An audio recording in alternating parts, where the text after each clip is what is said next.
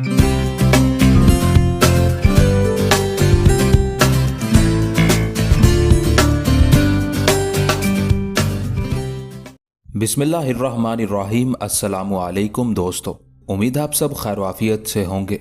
ये वाकया मैंने पूरी तफसीलात के साथ अपने वालिद मरहूम की ज़ुबानी सुना है। काजी इब्न अरसून ने सिलसिला कलाम जारी रखते हुए कहा, वो अहले इस्लाम के लिए बड़ा संगीन वक्त था जब एक अल्लाह, एक रसूल सल्लल्लाहु अलैहि वसल्लम और एक किताब के मानने वाले गिरोह दर गिरोह तकसीम हो गए थे। उस वक्त मिस्र पर फातमी खलीफा अबुल कासिम की हुक्मरानी थी। मिस्र का ये हुक्मरान अपनी हमसाया मुसलमान हुकूमतों का शदीद दुश्मन था। उसको अब्बासी हुक्मरान से कोई हमदर्दी नहीं थी और यही हाल अब्बासी हुक्मरान का था कि वो फातमी खलीफा के लिए अपने दिल में कोई नरम गोशा नहीं रखता था। अपने हम मजहबों से फातमी खलीफा के बुग़्ज़ो इनात का ये आलम था कि वो आले सल्जोक का नाम सुनना भी गवारा नहीं करता था। ये कहते कहते शिद्दत कर्ब से काजी इब्न अरसून का सुर्ख चेहरा धुआं धुआं नजर आने लगा।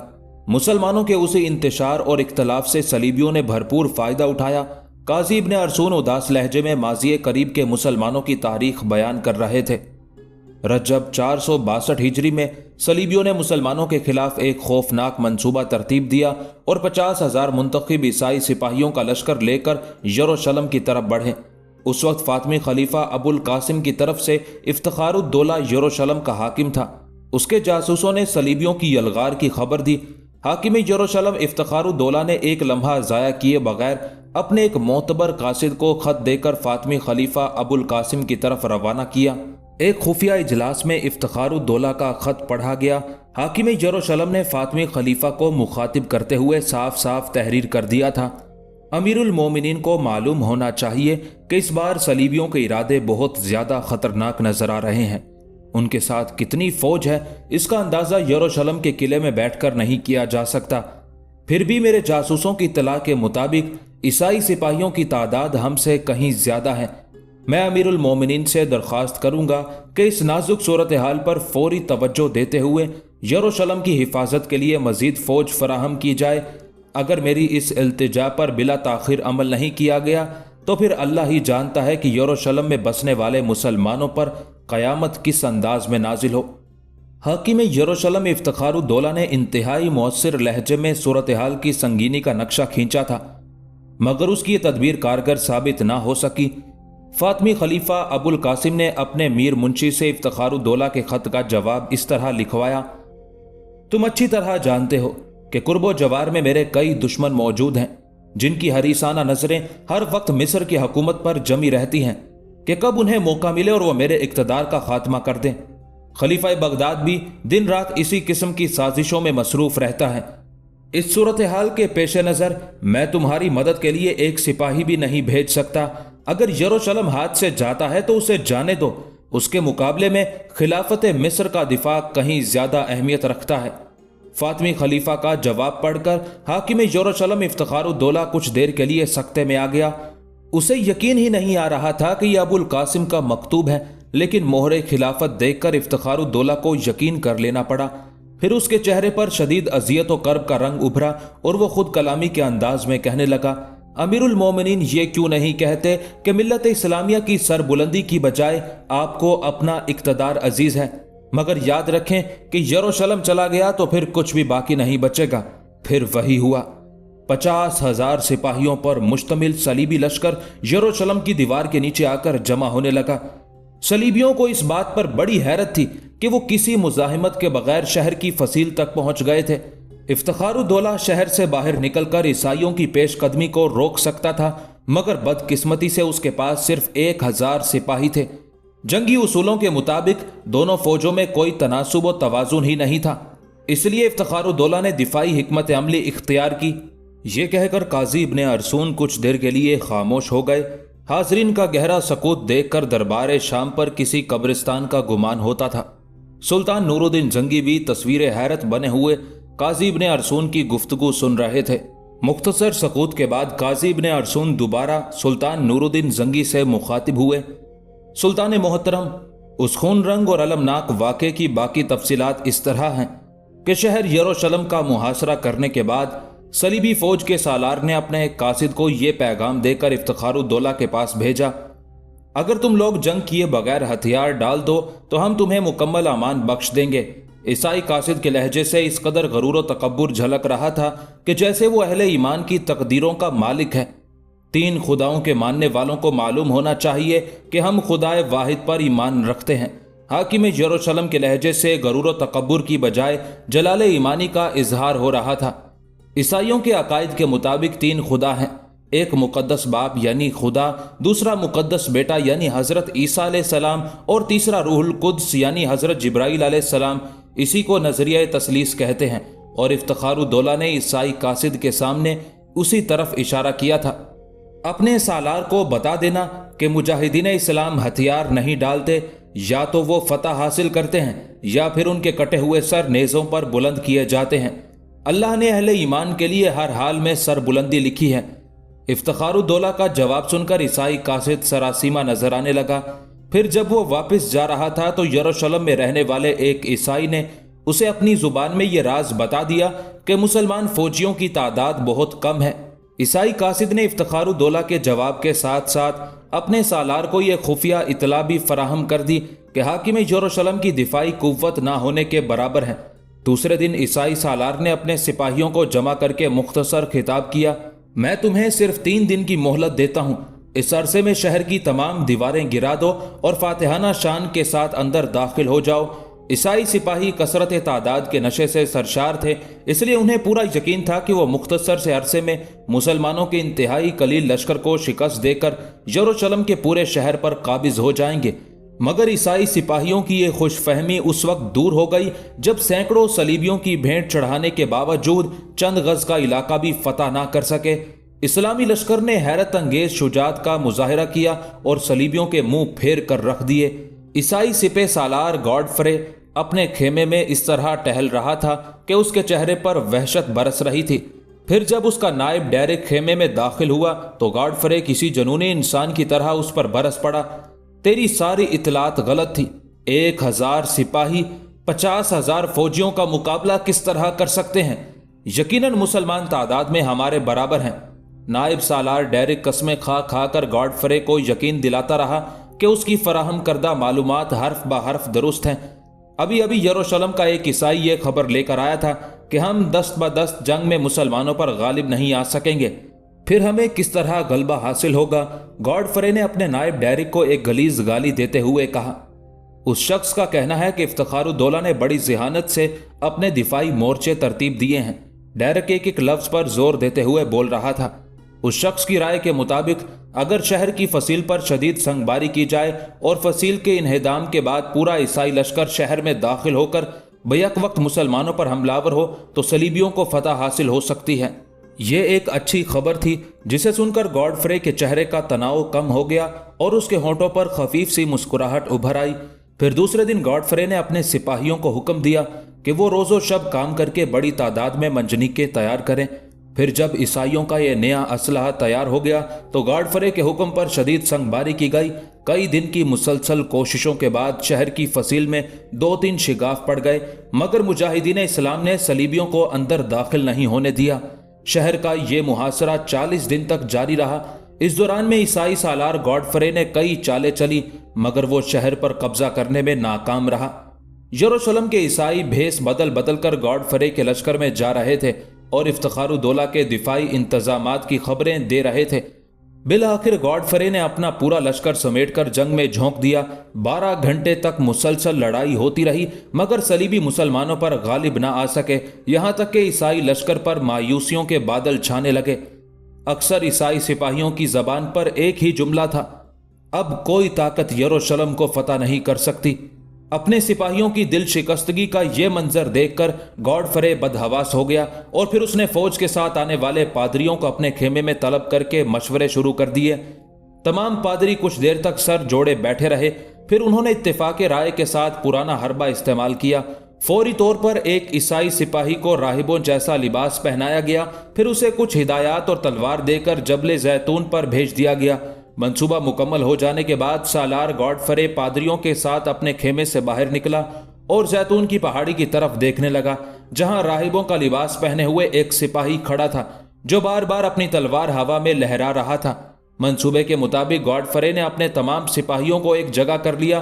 फिर जबले जैतून की तरफ इशारा करते हुए एक पादरी से पूछा, मुकद्दस पेशवा, ये कौन शख्स है? पादरियों ने भी मसनूई हैरत के साथ ये मंजर देखा।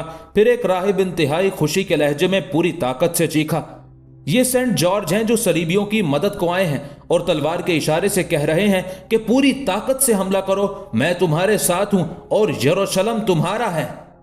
सेंट जॉर्ज ईसाइयों में एक बड़ा इबादत गुजार शख्स था जिसे ईसाई वली का दर्जा देते हैं। सेंट जॉर्ज को जर्जीस भी कहा जाता है। पादरी की ये जज्बाती तकरीर सुनकर ईसाई सिपाहियों के मजहबी जज्बात जंगल की आग की तरह भड़क उठे। फिर उन्होंने वहशियाना अंदाज में मुसलमानों पर हमला किया।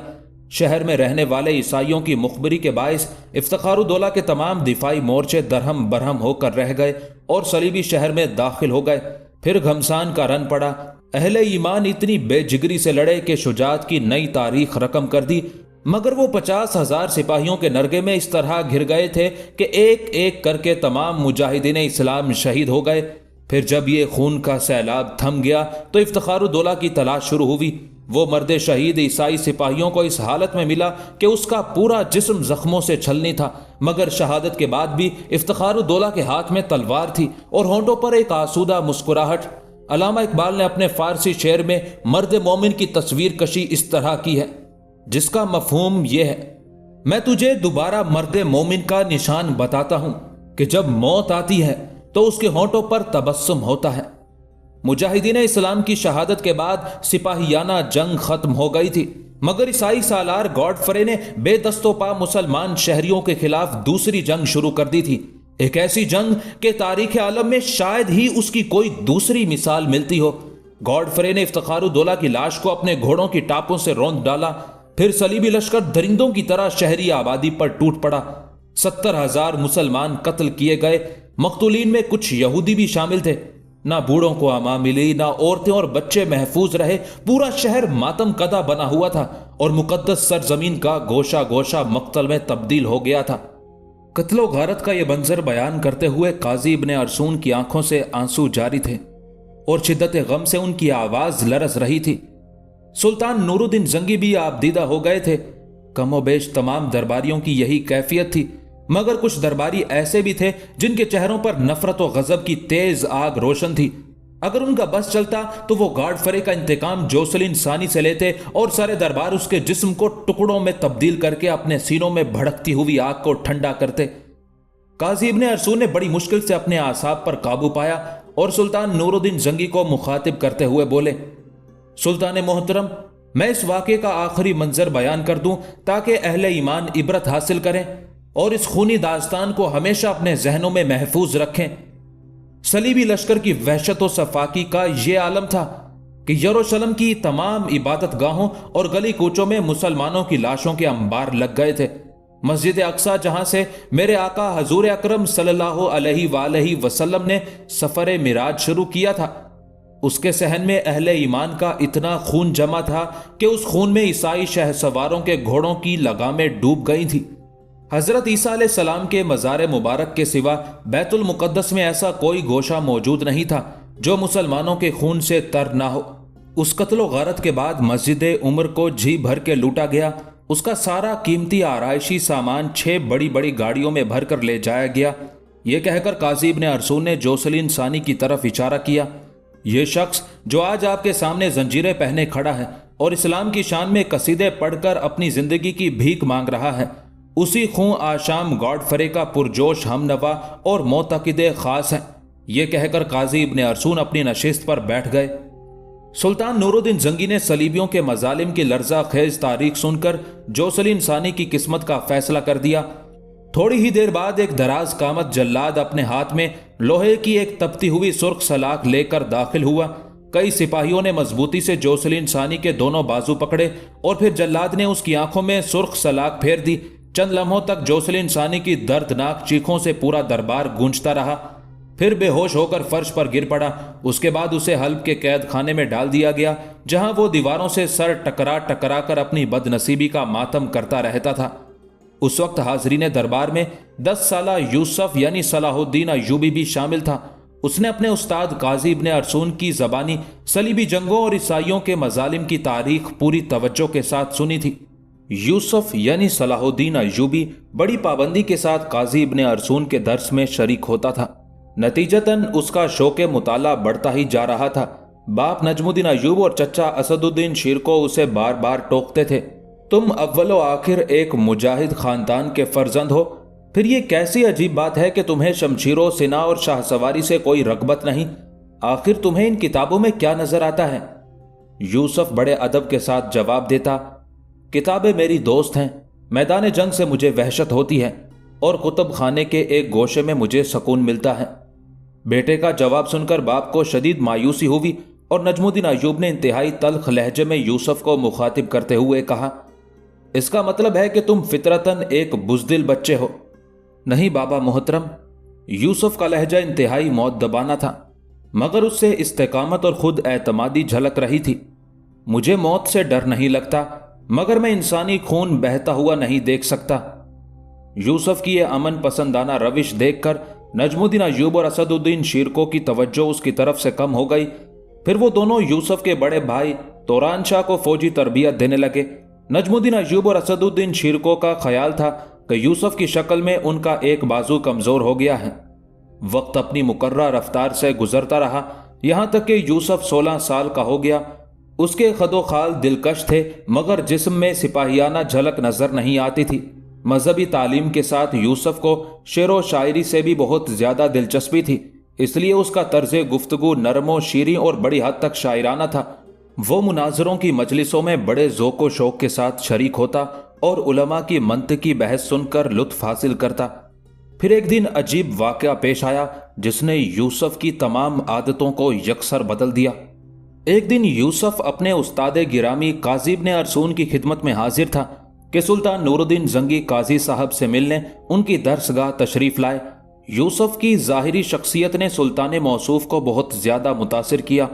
شام کے حکمران کے ذہن میں بار بار ایک ہی خیال ابھرتا تھا کہ یہ کوئی غیر معمولی جوان ہے۔ پھر جب سلطان کو یہ معلوم ہوا کہ دلکش شخصیت کا مالک یہ نوجوان اس کے سپہ سالار نجم الدین ایوب کا بیٹا ہے تو اس کا تاثر گہرا ہو گیا۔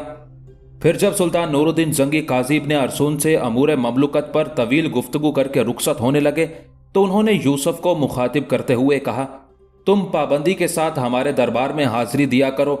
نجم الدین ایوب کے گھر میں یہ خبر بڑی مسرت کے ساتھ سنی گئی کہ اس کے چھوٹے بیٹے یوسف کو سلطان نور الدین زنگی نے اپنے دربار میں حاضر ہونے کا حکم دیا ہے۔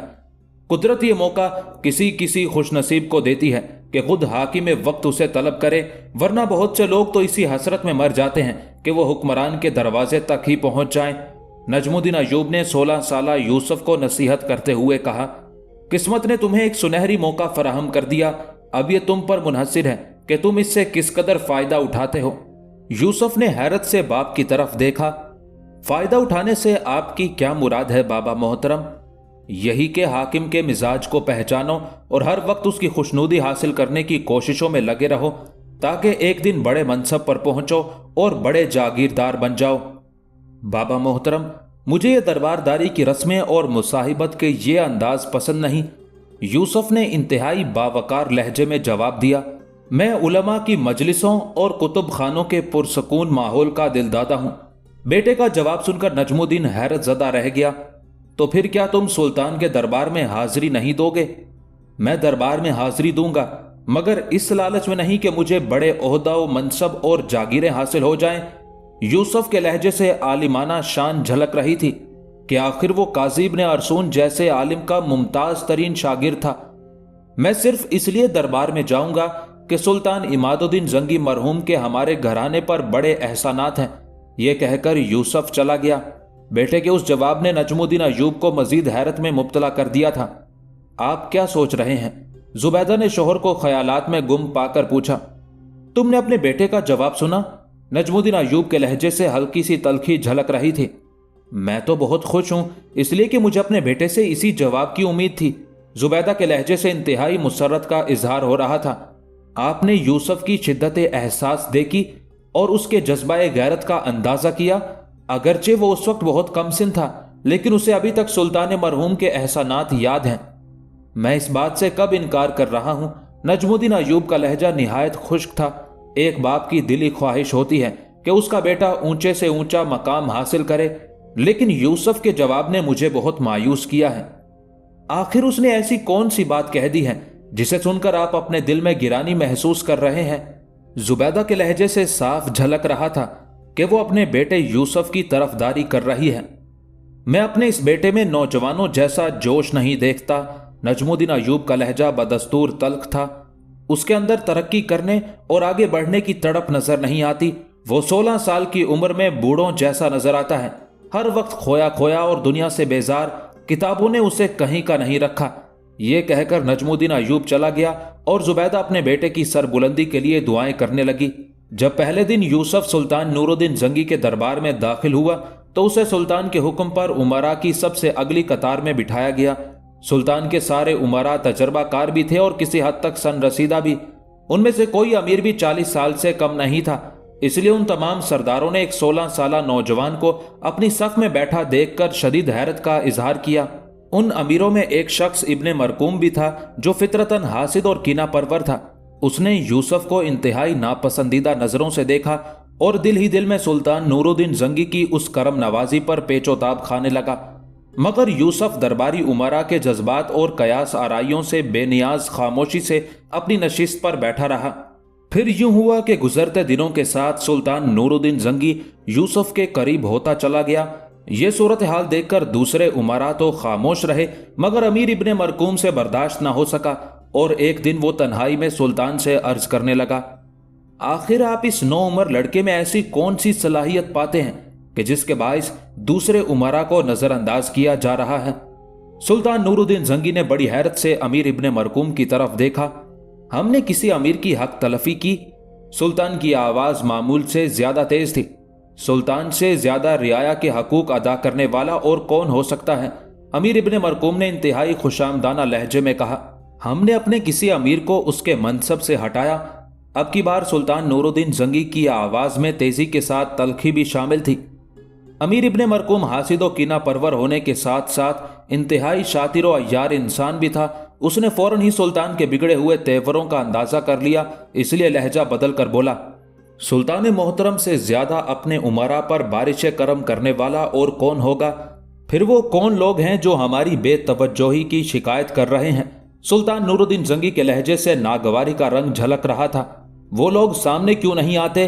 क्या उन्होंने तुम्हें अपना सफीर बनाकर भेजा है? सुल्तान की आवाज मजीद तल्ख हो गई थी। अमीर इब्ने मरकूम घबरा गया, मगर उसके अय्यार जहन ने फौरन ही नई करवट ली और बिगड़ी हुई बात को संवारने की कोशिश की। वो सुल्तान के रोबो जलाल से डरते हैं, इसलिए सामने बात करने की हिम्मत नहीं पाते। रहा गुलाम तो वो दिलो जान से सुल्तान जीशान के हर फैसले को कबूल करता है। बज़ाहिर बात खत्म हो गई थी, मगर इब्ने मरकूम के दिल में यूसुफ की तरफ से गिरह पड़ गई थी। वो उस खामोश तबाह नौजवान को अपने लिए खतरा समझ रहा था।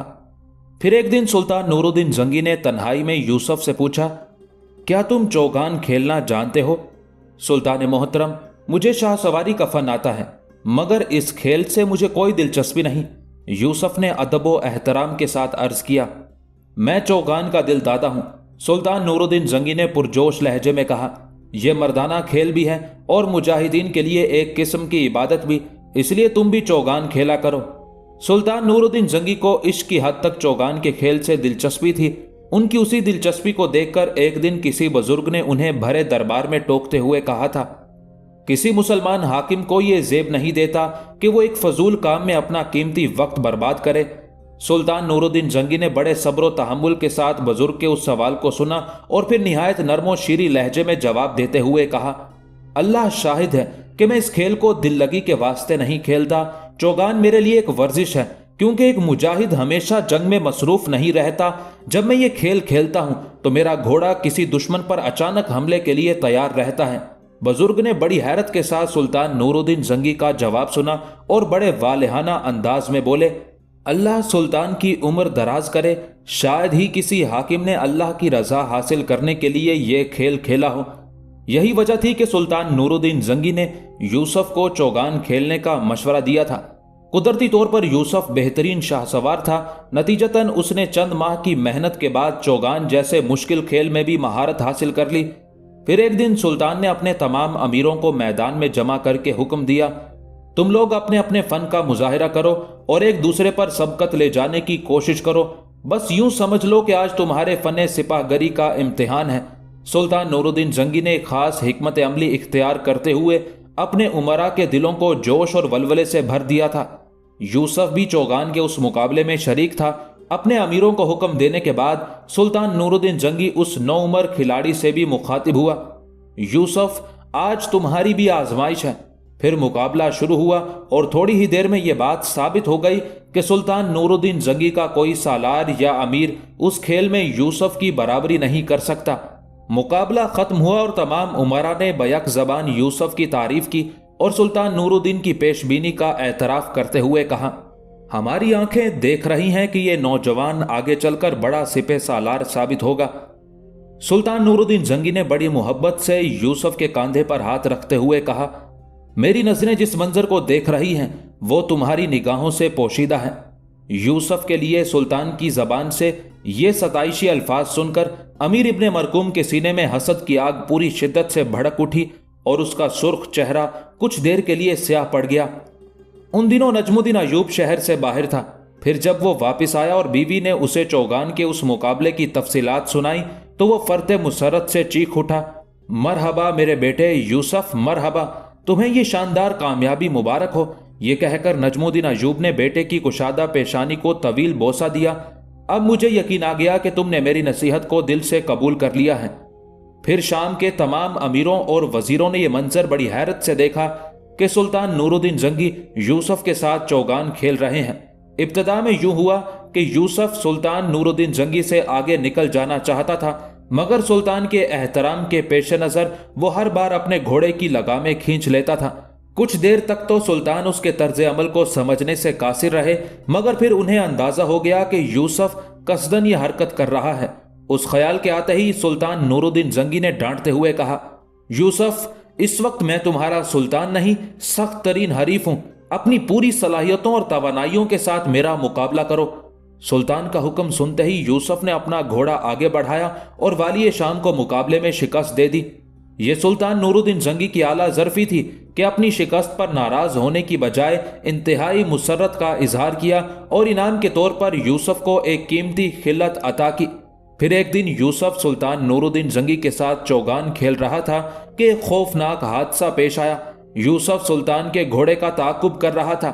دونوں گھوڑے اپنی پوری رفتار میں تھے کہ یکایک صلاح الدین کے گھوڑے کو ٹھوکر لگی اور وہ اوندے منہ زمین پر گر پڑا۔ اس کے ساتھ ہی یوسف بھی دور تک گھسٹتا چلا گیا۔ میدان کے کنارے کھڑے ہوئے خدمتگار دوڑ پڑے۔ سلطان نور الدین زنگی نے بھی فوراً ہی اپنے گھوڑے کی لگامیں کھینچ لی اور بھاگتے ہوئے صلاح الدین کے پاس پہنچے۔ یوسف کا گھوڑا جس انداز سے زمین پر گرا تھا اسے دیکھ کر وہاں موجود خدمتگاروں نے یہی اندازہ کیا تھا کہ گھوڑے کے ساتھ سوار کو بھی شدید جسمانی نقصان پہنچے گا اور دونوں کی جانیں ضائع ہونے کا بھی اندیشہ تھا، مگر لوگوں کے سارے اندیشے غلط ثابت ہوئے۔ جب سلطان نور الدین زنگی گھبراتے ہوئے یوسف یعنی صلاح الدین کے قریب پہنچے تو وہ زمین سے اٹھنے کی کوشش کر رہا تھا۔ سلطان نے سہارا دیا تو وہ فوراً اٹھ کر کھڑا ہوا اور مسکراتے ہوئے کہنے لگا، میں اللہ کے فضل و کرم اور سلطان عادل کی دعاؤں سے بالکل ٹھیک ہوں۔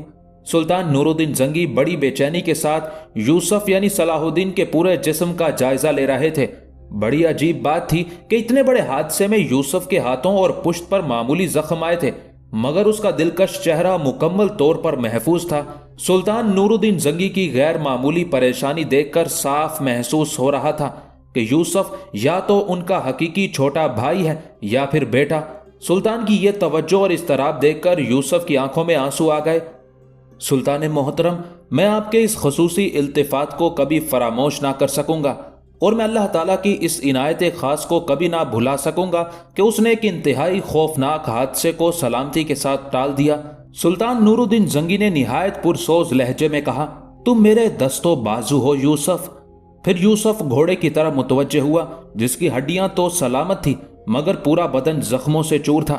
یوسف جھکا اور آہستہ آہستہ گھوڑے کی پشت پر ہاتھ پھیرنے لگا۔ میرے وفادار ساتھی، میں تجھ سے شرمندہ ہوں کہ تجھے ناحق میری وجہ سے یہ تکلیف پہنچی۔ یہ کہتے کہتے یوسف کی آنکھوں میں آنسو آ گئے۔ سلطان نور الدین زنگی نے بڑی حیرت سے یہ منظر دیکھا۔ آج پہلی بار سلطان کو اندازہ ہوا کہ یوسف کس قدر حساس نوجوان ہے۔ بیٹے کی جان بچ جانے کی خوشی میں نجم الدین ایوب اور زبیدہ نے غریبوں میں کھانا اور کپڑے تقسیم کیے۔ اس موقع پر سلطان نور الدین زنگی نے خصوصی دربار آراستہ کیا اور یوسف کو اپنے تخت کے برابر کرسی پر بٹھایا۔ پھر درباری مورخ عماد کاتب نے کھڑے ہو کر انتہائی پرجوش لہجے میں یوسف کے لیے دعائیہ اشعار پڑھے۔ تم کسی عمدہ گھوڑے کے لڑکھڑانے پر حیرت کا اظہار نہ کرو، جبکہ اس کی پشت پر تم جیسا مرد سخی سوار ہو۔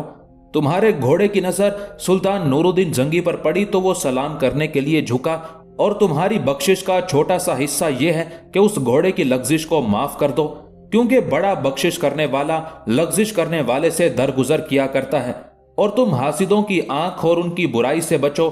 میری دعا ہے کہ تم پر کسی کی نظر بد اثر نہ کرے اور تم نور الدین شاہ عالم کے لیے سلامت رہو اور ہر قسم کے حادثات میں ان کے معاون و مددگار رہو۔ سلطان نور الدین زنگی یہ اشعار سن کر بہت خوش ہوئے۔ پھر درباری مورخ عماد کاتب کو قیمتی خلعت عطا کی گئی اور اس کے ساتھ ہی یوسف کو مصاحب خاص کا درجہ حاصل ہو گیا۔ سلطان کے اس اعلان سے اکثر درباری یوسف کی قسمت پر رشک کرنے لگے، مگر امیر ابن مرقوم کی حسد کی آگ کچھ اور شدت سے بھڑکنے لگی۔ جوسلین ثانی، جسے نور الدین زنگی نے اندھا کرا کے حلب کے قید خانے میں ڈال دیا تھا، وہ دن رات زندان کی دیواروں سے سر ٹکراتا اور گریہ ازاری کرتا رہتا تھا۔ اے خدا بندے خدا، تو نے صلیب کے بندوں کو کیسا تنہا چھوڑ دیا ہے۔ جوسلین ثانی کی یہ فریاد کچھ دیر تک حلب کے قید خانے میں گونجتی رہتی اور پھر دم توڑ دیتی۔ بظاہر یہ فتنہ گر ہمیشہ کے لیے ناکارہ ہو چکا تھا، مگر عیسائی دنیا نے سلطان نور الدین زنگی کے ہاتھوں ایڈیسا کی عبرتناک شکست کو فراموش نہیں کیا تھا۔ پھر اچانک صلیبیوں میں ایک اور فتنہ گر نمودار ہوا جو اسلام دشمن میں گاڈفرے، جوسلین ثانی اور بالڈون سے بھی کہیں آگے تھا۔ بالڈون کا مختصر تعارف یہ ہے کہ وہ شاہ یروشلم گاڈفرے کا چھوٹا بھائی تھا۔ گاڈفرے کی شدید خواہش تھی کہ وہ مسلمانوں کا وجود صفائے ہستی سے مٹا دے اور پورے مشرق کو اپنے گھوڑوں کے سموں سے روند ڈالے، مگر اس کا یہ ارمان پورا نہ ہو سکا اور 18 جولائی 1100 عیسوی کو فرشتہ اجل نے اس کی سانسیں غصب کر لی۔ مرنے سے ایک دن پہلے گاڈفرے نے اپنے چھوٹے بھائی بالڈون کو تنہائی میں طلب کرتے ہوئے کہا، میرے عزیز بھائی، ایسا لگتا ہے کہ میری سانسوں کا شمار پورا ہو چکا ہے۔ گاڈفرے کی آنکھوں سے آنسو روا تھے۔ برادر محترم، طبیبوں کو امید ہے کہ آپ جلد صحت یاب ہو جائیں گے، بالڈون نے بڑے بھائی کو تسلی دیتے ہوئے کہا۔ مجھ سے جھوٹ مت بولو بالڈون، شاہ یروشلم گاڈفرے کی آواز نکاہت سے کانپ رہی تھی۔ اب زیادہ وقت نہیں ہے، اس لیے پورے ہوش و حواس کے ساتھ میری بات سنو۔ بالڈون ہمتن گوش ہو گیا۔ میں ساری دنیا پر مسیحیت کا پرچم لہرانا چاہتا تھا، مگر افسوس وقت نے مجھے مہلت نہیں دی۔ گاڈفرے کمزوری کے باعث رک رک کر بول رہا تھا۔ مجھے یقین ہے کہ میرے مرنے کے بعد یروشلم کے عیسائی تمہیں اپنا بادشاہ منتخب کر لیں گے۔ پھر جب تم تخت نشین ہو جاؤ تو میرے ناتمام خواب کی تعبیر تلاش کرنا۔ آپ کا خواب کیا ہے برادر محترم؟ بالڈون نے اداس لہجے میں پوچھا۔ ہمیں کبھی مذہب کے ماننے والے سے کوئی دشمنی نہیں ہے۔ گاڈفرے کی آواز آہستہ آہستہ مدھم ہوتی جا رہی تھی۔ بس مسلمان ہی ہمارے پہلے اور آخری دشمن ہیں، اس لیے کہ وہ یسوع مسیح علیہ السلام کو خدا کا بیٹا نہیں مانتے۔ تم پر فرض ہے کہ تم مسلمانوں سے اپنے پیغمبر کی توہین کا ایسا بدلہ لو کہ اسے رہتی دنیا تک یاد رکھا جائے۔ بالڈون نے بڑے بھائی کے کانپتے ہوئے ہاتھ اپنے ہاتھ میں لے کر وعدہ کیا کہ وہ مسلمانوں کے کثرے اقتدار کو ڈھا کر ہی دم لے گا۔ اور آخری نصیحت، گاڈفرے کی آواز ڈوبنے لگی تھی، اپنے دشمن کو کبھی معاف نہ کرنا۔ ایک حکمران کے لیے اس سے بڑی حماقت کوئی اور نہیں ہو سکتی کہ وہ اپنے دشمن کو امان بخش دے۔ گاڈفرے نے مسلمانوں کے خلاف اپنے دل میں بھرا ہوا زہر کا آخری قطرہ بھی اگل دیا اور دنیا سے رخصت ہو گیا۔ گاڈفرے کی موت کے بعد یروشلم کے عیسائیوں نے اس کے چھوٹے بھائی بالڈون کو اپنا بادشاہ منتخب کر لیا۔ 7 دن تک یروشلم کی فضائیں گاڈفرے کے غم میں سوگوار رہیں۔ پھر بالڈون نے 40 دن تک اپنا جشن تاج پوشی اتنی دھوم دھام سے منایا کہ دیکھنے والے حیرت زدہ رہ گئے۔ شاہی محل میں شراب کی نہریں جاری تھی اور حسین رقاصائیں عیسائی امراء کا دل بہلا رہی تھی۔ پھر جب یہ جشن مسرت ختم ہوا تو اسے اپنے بھائی گاڈفرے کی وصیت یاد آئی۔ پھر وہ صلیبیوں کے ایک لشکر جرار کے ساتھ توسیع سلطنت کا جنون لے کر یروشلم کی حدود سے باہر نکلا۔ پھر چند سالوں کے اندر بالڈون نے حیفا، بسیان، ارسوف، فساریہ، سور، عقا، طرابلس اور بیروت فتح کر لیا۔ ان فتوحات کے دوران میں صلیبی لشکر نے مسلمانوں پر جو مظالم ڈھائے، آسمان کی آنکھ شاید ہی کبھی ایسے لرزہ خیز اور دردناک مناظر دیکھ سکے۔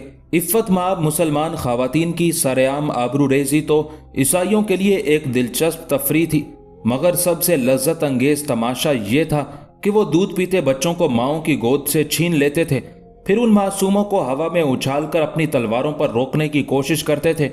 نتیجتاً صلیبیوں کی شمشیریں ان شیرخوار بچوں کے جسموں میں اتر جاتی تھی اور وہ تڑپنے لگتے تھے۔ بالڈون کے وحشی سپاہی کچھ دیر تک یہ خورنگ تماشا دیکھتے رہتے تھے، پھر بچوں کے ٹکڑے کر کے ان کی ماؤں کے سامنے ڈال دیتے تھے اور اس قدر کہے لگاتے تھے کہ بہت دیر تک گرد و نواح کی فضا اس شور سے گونجتی رہتی تھی۔ صلیبیوں کے اس بہیمانہ فعل پر فرانسیسی مورخ مچارڈ لکھتا ہے، عیسائیوں کی آنکھوں پر تعصب نے دبیز پٹی باندھ رکھی تھی۔ انہوں نے صلیب کے جھنڈے تلے ایسے ہولناک جرائم کیے کہ انسانی فطرت ان کے تصور سے بھی لرز اٹھتی ہے۔ بالڈون اپنے بڑے بھائی گاڈفرے کی وصیت پر پورا عمل کر رہا تھا۔ پھر جب وہ ایک فاتح کی حیثیت سے طرابلس میں داخل ہوا تو حسب روایت کسی مسلمان کو زندہ نہیں چھوڑا۔ جب اہل ایمان کے خون سے طرابلس کے گلی کوچے بھر گئے تو بالڈون مسلمانوں کے عظیم کتب خانے کی طرف متوجہ ہوا، جس میں 3 لاکھ کے قریب نادر و نایاب کتابیں تھیں، اور اس کتب خانے کی وسعت و عظمت کا اندازہ اس سے کیا جا سکتا ہے کہ 100 سے زیادہ کاتب دن رات نقل میں مصروف رہتے تھے۔ جب بالڈون طرابلس کے کتب خانے کی طرف بڑھا تو اپنے وقت کا متعصب ترین پادری گارزن بھی اس کے ہمراہ تھا۔ پادری کے ہاتھ میں ایک جلتی ہوئی مشعل تھی اور وہ دنیا کی نہایت قیمتی اور نایاب کتابوں کو آگ لگانے جا رہا تھا۔ جب کتب خانے کے منتظم ارسلان کو صلیبیوں کے اس خوفناک ارادے کی خبر ہوئی تو وہ عمارت کے صدر دروازے پر آ گئے۔ ان کے پیچھے 50 کے قریب کاتب بھی تھے۔ قاضی ارسلان نے اس عظیم علمی سرمائے کو بچانے کے لیے پادری گارزن کے سامنے ہاتھ جوڑ دیے اور کسی فقیر کی طرح گڑ گڑاتے ہوئے کہا، ہمیں پتہ ہے کہ ہماری گردنیں تمہاری تیغ خوں آشام سے محفوظ نہیں رہیں گی۔ ہم تم سے اپنی جانوں کی سلامتی کا سوال نہیں کرتے کہ ایک دن ہمیں جانا ہی ہے، مگر اس کتب خانے کے لیے تمہارے رحم کی بھیک مانگتے ہیں۔ یہ وہ سرمایہ ہے جو آنے والی نسلوں کے لیے صدیوں تک کام آئے گا، اور وہ نسلیں تمہاری بھی ہو سکتی ہیں۔ علم تو تمام انسانیت کی میراث ہے۔ قاضی ارسلان نے علم دوستی کا حق ادا کر دیا تھا۔ انہیں اپنی جان سے زیادہ ان یادگار تصانیف کی فکر تھی جو اہل دانش کی صدیوں کی تحقیق و جستجو اور ذہنی کاوشوں کا نتیجہ تھی، مگر جنونی پادری گارزن نے قاضی ارسلان کی تمام التجاؤں کو نہایت حقارت سے ٹھکرا دیا اور غضبناک لہجے میں بولا، ہم نے یسوع مسیح سے وعدہ کیا ہے کہ ہم اس زمین پر مسلمانوں کی کسی یادگار کو قائم نہیں رہنے دیں گے۔ پھر پادری گارزن کے اشارے پر قاضی ارسلان اور 50 مسلمان کاتبوں کے سر قلم کر دیے گئے۔ اس کے بعد گارزن نے آگے بڑھ کر کتب خانے کو آگ لگا دی۔ پادری کی تقلید میں دوسرے عیسائی سپاہیوں نے بھی اپنی مشعلیں روشن کر لیں اور عقل و دانش کے عظیم ذخیرے پر حملہ کر دیا۔ 3 لاکھ کتابوں کے جلنے میں کئی گھنٹے لگ گئے۔ پورا علاقہ دھوئیں سے بھرا ہوا تھا اور فضاؤں میں صلیبیوں کے وحشیانہ کہے گونج رہے تھے۔ قتل و غارت کا طویل کھیل کھیل کر بالڈون بھی دنیا سے رخصت ہو گیا۔ پھر اس کی جگہ بالڈون ثانی تخت نشین ہوا۔ بالڈون ثانی نے بھی گاڈفرے کی طرح مسلمانوں کے قتل عام کو عبادت کا درجہ دے دیا تھا۔ یہ وہ بے غیرت عیسائی حکمران تھا کہ ایک بار رملہ کے قیام کے دوران مسلمانوں نے پورے شہر کو گھیر لیا تھا۔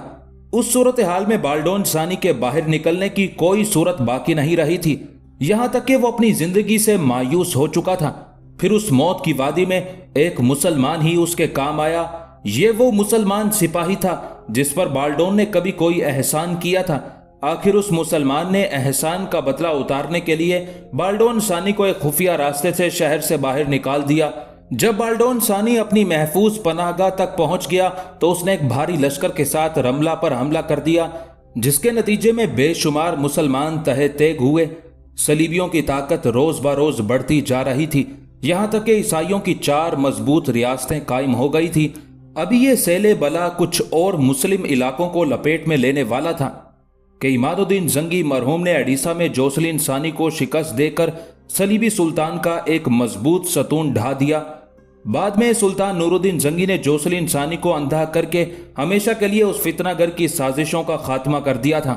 अभी दुनिया भर के ईसाई एडिसा की शिकस्त का मातम कर ही रहे थे कि सलीबियों में एक और फितनागर पैदा हुआ जो मजहबी असबियत में दूसरे ईसाइयों से ज्यादा सफाक था। ये एक पुरअसरार राहिब सेंट बर्नार्ड था जो बरगंडी के एक अमीर का बेटा था।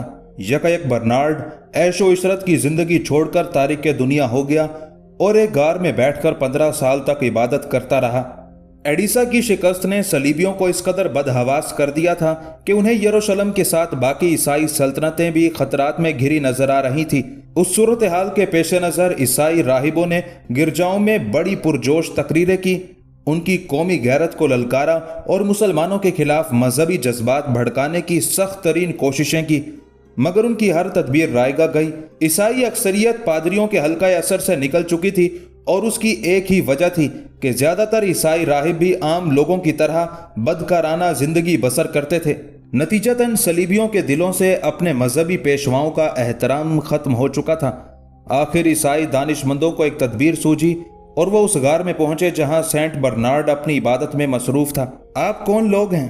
3 अजनबियों को अपने सामने पाकर सेंट बर्नार्ड हैरान हो रहा था। ए अजीम राहिब, हम सलीब के बंदे हैं और आपको ईसाई कौम की हालत जार सुनाने आए हैं। एक ईसाई दानिशमंद ने रियाकारी के साथ अपने लहजे को पुरसोज बनाते हुए कहा। ईसाइयत के नाम पर सेंट बर्नार्ड चौंक उठा और उसके चेहरे से परेशानी का रंग झलकने लगा। साहिबो, मैं तो एक तवील अरसे से इस नीम तारीख गार में पड़ा हूं, मुझे बाहर की दुनिया की कोई खबर नहीं। आप बताएं कि मेरी कौम पर क्या गुजरी है। सेंट बर्नार्ड की बात सुनकर दूसरे ईसाई दानिशमंद ने भी इंतहाई अय्यारी का मुजाहिरा किया और रिक्कत आमेज लहजे में एडिसा के ईसाइयों की जिल्लत आमेज शिकस्त का हाल सुनाने लगा। ये अलमनाक वाकया सुनकर सेंट बर्नार्ड का सुर्खो सफेद चेहरा अजियत और कर्ब के गुबार से हल्का स्याही माइल नजर आने लगा था। मैं एक नातवा राहिब अपने कौम के किस काम आ सकता हूं? सेंट बर्नार्ड एक जज्बाती इंसान था। सलीबियों की हलाकत और बर्बादी की खबर सुनकर उसकी आंखों से नमी झलकने लगी थी। अब आप ही सलीब मुकद्दस को मुसलमानों की अलगार से महफूज रख सकते हैं। तीसरे ईसाई दानिशमंद ने पुरसोज लहजे में कहा। वो किस तरह? सेंट बर्नार्ड ने हैरान होकर पूछा। ईसाइयों के दिलों पर मुसलमानों की ऐसी हैबत छाई है कि वो किसी तरह भी एडिसा की शिकस्त का बदला लेने पर आमादा नहीं होते। पहले ईसाई दानिशमंद ने सेंट बर्नार्ड को अल्फाज के जाल में फंसाने की कोशिश की। मैं अपने हम कौमों का ये खौफ कैसे दूर कर सकता हूँ? सेंट बर्नार्ड की हैरत में मजीद इजाफा हो गया था। अब आपके वाजो तकरीरें ही सलीबियों के सर्द दिलों में इंतकाम की आग भड़का सकते हैं। दूसरे दानिशमंद ने अपनी चाल चलते हुए कहा। ईसाई दुनिया में मुझसे बड़े ईसाई राहिब मौजूद हैं, फिर मेरी कौन सुनेगा? सेंट बर्नार्ड ने चंद लम्हों के सकूत के बाद कहा।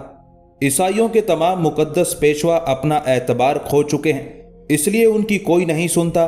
तीसरे दानिशमंद ने दलील पेश करते हुए कहा। सेंट बर्नार्ड कुछ देर तक गहरी सोच में डूबा रहा, फिर ईसाई दानिशमंदों से मुखातिब होकर बोला। मैं बरसों से गोशा नशीनी की जिंदगी बसर कर रहा हूँ, चंद लोगों के सिवा मुझे कोई जानता तक नहीं, फिर मेरी तकरीरें सलीबियों को क्या मुतासिर करेंगी? ये काम आप हम पर छोड़ दें। पहले ईसाई दानिशमंद ने इंतहाई पुरजोश लहजे में कहा। अनकरीब पूरी ईसाई दुनिया आपके रूहानी मकाम को पहचान लेगी। बस एक इल्तिजा है कि आप खामोशी के साथ हमारी हिदायत पर अमल करते रहें। ईसाई दानिशमंदों ने कुछ ऐसी दिलफरेब चालें चली थी कि सेंट बर्नार्ड के दिल में नमूदो नुमाइश के जज्बे ने दोबारा करवट ली और वो गार के एक नीम तारीख गोशे में बैठकर ईसाई दुनिया की रूहानी क़यादत के ख्वाब देखने लगा। फिर वो तीनों ईसाई दानिशमंद गार से निकलकर फ्रांस के चंद अमीर लोगों से मिले और उन्हें अपने मंसूबे की तफसीलात बताईं। सलीब के तहफ़्फ़ुज़ की खातिर फ्रांसीसी उमरा ने ईसाई दानिशमंदों को अपनी मुकम्मल हिमायत का यकीन दिला दिया। फिर चंद रोज बाद ही फ्रांस के मशहूर शहर वेजली के गली कूचों में ये खबरें बड़ी तेजी से गर्दिश करने लगी कि सेंट बर्नार्ड एक खुदा रसीदा बुजुर्ग हैं और उन पर यसू मसीह की रहमतें बराह रास्त नाजिल होती हैं। जाहिल और कमज़ोर अकीदे के ईसाई बहुत जल्द उन खबरों से मुतासिर हो गए और गार से बाहर लोगों का हजूम रहने लगा। उस हजूम में गुर्बत और इफलास ज़दा ईसाई भी शामिल थे और बीमार और नाकारा भी। ईसाई दानिशमंदों को वेजली के उमरा की दरपर्दा हिमायत हासिल थी, इसलिए बड़े मुनज़्ज़म तरीके से मंसूबा साजी की गई थी। सेंट बर्नार्ड जिस गार में 15 साल से मुकीम था वो एक वेरान इलाके में वाक़ था। ईसाई दानिशमंदों ने वेजली के उमरा के ताउन से 7 ताकतवर मुहाफिज गार के दरवाजे पर खड़े कर दिए थे और उनके बारे में मशहूर था कि वो सेंट बर्नार्ड के खिदमतगार हैं। जिन की इजाजत के बगैर कोई शख्स गार के अंदर नहीं जा सकता था। फिर जब रात का अंधेरा फैल जाता था तो ईसाई दानिशमंद अपनी मर्जी के चंद आदमी गार में दाखिल कर देते थे। दूसरे दिन जब सूरज के उजाले में जरूरतमंदों की भीड़ जमा हो जाती थी तो अचानक एक शख्स चीखता हुआ गार से बरामद होता था, सेंट बर्नार्ड ने मुझे आंखें बख्श दी, मैं पैदाइशी अंधा था। दूसरा शख्स ये नारा लगाता हुआ निकलता था, सेंट बर्नार्ड ने मुझे ताकत रफ्तार अता कर दी, मैं बरसों से अपाहिज था। गरज मुख्तसर से वक्त में यह बात मशहूर हो गई कि सेंट बर्नार्ड एक बाकरामत वली हैं। उनकी रूहानी ताकत से अंधों की आंखें रोशन हो जाती हैं, बहरे सुनने लगते हैं और लूले लंगड़े दौड़ने लगते हैं।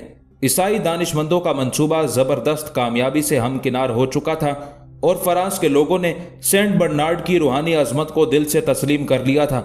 फिर सेंट बर्नार्ड की शोहरत इस कदर आम हुई कि एक दिन शहंशाह फ्रांस लोइस हफ्तम भी उसके दीदार को हाजिर हुआ।